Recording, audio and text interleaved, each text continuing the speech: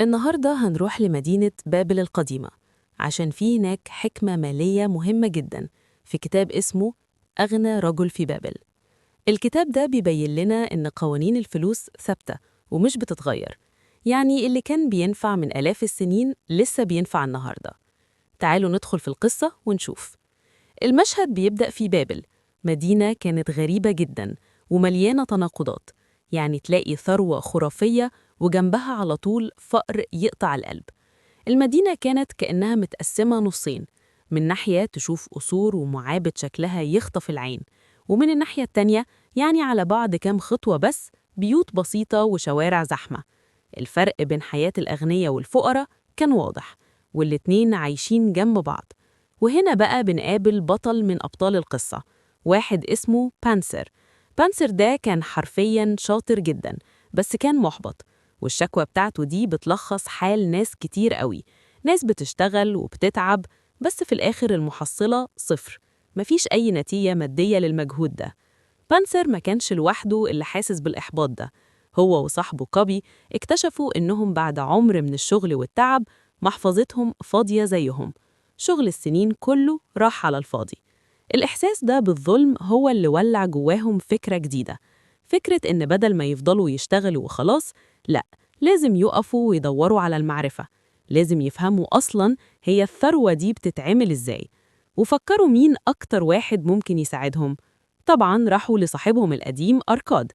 أركاد ده بقى كان أسطورة، كان مشهور إنه أغنى رجل في بابل كلها، شخص بدأ من تحت الصفر وقدر يعمل ثروة ضخمة، والناس كلها كانت بتحكي وتتحاكى عن نجاحه. وهنا بقى كانت لحظة الإدراك اللي غيرت كل حاجة. اكتشفوا إن الثروة دي مش مسألة حظ خالص، لأ، دي حاجة لازم الواحد يسعى لها بوعي ومعرفة. يعني بدل ما الواحد يفضل يشتكي ويلعب دور الضحية، لازم هو اللي يقوم ويصنع فرصته. حكمة أركاد دي وصلت لدرجة إن ملك بابل نفسه سمع عنها وطلب منه إنه يعلم أسراره دي للناس. كان عايز المدينة كلها تبقى غنية ومزدهرة، وأركاد وافق إنه يعلم 100 مواطن السبع خطوات اللي حولت محفظته النحيفة دي لبير فلوس ما بيخلصش. ومن هنا بتبدأ الدروس الأساسية بتاعت الكتاب على لسان أركاد نفسه. 7 خطوات بسيطة قوي، بس مفعولها سحري. ودي بقى هي خريطة الطريق اللي حطها أركاد للحرية المالية. 7 مبادئ واضحة ومباشرة، كل مبدأ فيهم بيسلم للي بعده. تعالوا بقى نشوفهم واحد واحد.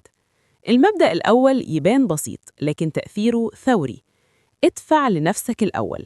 ودي مش مجرد كلمة عن التحويش، لأ، دي تغيير كامل في طريقة التفكير. معناها إن أول حد يستحق ياخد فلوس من تعب الواحد هو نفسه، قبل الفواتير وقبل أي التزامات تانية. طيب ندفع لنفسنا قد إيه؟ هنا أركاد كان واضح ومحدد جدا: 10 أي دخل بيجي، يعني ببساطة 10% على الأقل من أي فلوس بتدخل جيبك.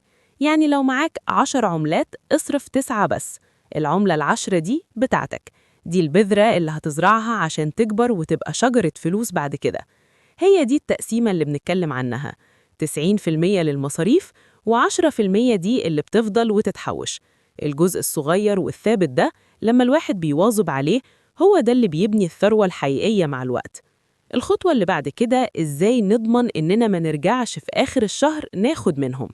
هنا بيجي المبدأ التاني: لازم نسيطر على المصاريف، لازم نحمي كنز الصغير اللي بدأ يكبر. ونقطة اللي أركاد بيقولها هنا عبقرية فعلا، بيقول إن مصاريفنا الضرورية دي عاملة زي الغاز، بتتمدد عشان تملأ أي مساحة متاحة. يعني كل ما الدخل يزيد المصاريف بتزيد معاه عشان تاكله كله، إلا لو إحنا اللي اعترضنا ووقفناها بميزانية واضحة. لازم الواحد يتعلم يفرق بين اللي محتاجه فعلا وبين اللي هو مجرد عايزه. طيب حوشنا وسيطرنا على المصاريف، هل ده كفاية؟ لا، المدخرات لوحدها مش كفاية. الفلوس اللي اتحوشت دي لازم تشتغل عشان تجيب فلوس أكتر. أركاد كان بيسميهم جيش من العبيد الذهب، كل واحد فيهم بيشتغل وبيجيب معاه فلوس جديدة. وهو ده ببساطة مفهوم الاستثمار، وده بيورينا قوة التراكم عاملة إزاي. شوفوا قصة الفلاح ده، استثمر مبلغ صغير 10 قطع فضة، بعد 50 سنة المبلغ ده بقى 167 قطعة، يعني تضاعف تقريباً 17 مرة. ده يورينا إن الوقت هو أهم وأقوى سلاح في إيد أي مستثمر. الأربع مبادئ اللي فاضلين بيكملوا الصورة كلها. رابعاً، لازم الواحد يحمي راس ماله من الخسارة، يعني يستثمر بذكاء وبلاش مخاطر مجنونة. خامساً، يبني أصول، وأهم أصل إنه يمتلك بيته بدل ما يفضل يدفع إيجار طول العمر. سادساً، يخطط للمستقبل ويأمن دخله لأيام التقاعد عشان يعيش مرتاح البال. سابعاً، ويمكن أهم واحدة فيهم كلهم، إنه يستثمر في نفسه باستمرار، في مهاراته، عشان يزود قدرته على إنه يكسب أكثر، لأن أكبر أصل الواحد بيمتلكه هو نفسه. بس وسط كل النصايح والعلاجات دي، في قانون واحد هو الأساس، هو الشرارة الأولى اللي غيرت حياة أركاد تماماً، وهي دي حجر الأساس لأي نجاح مالي.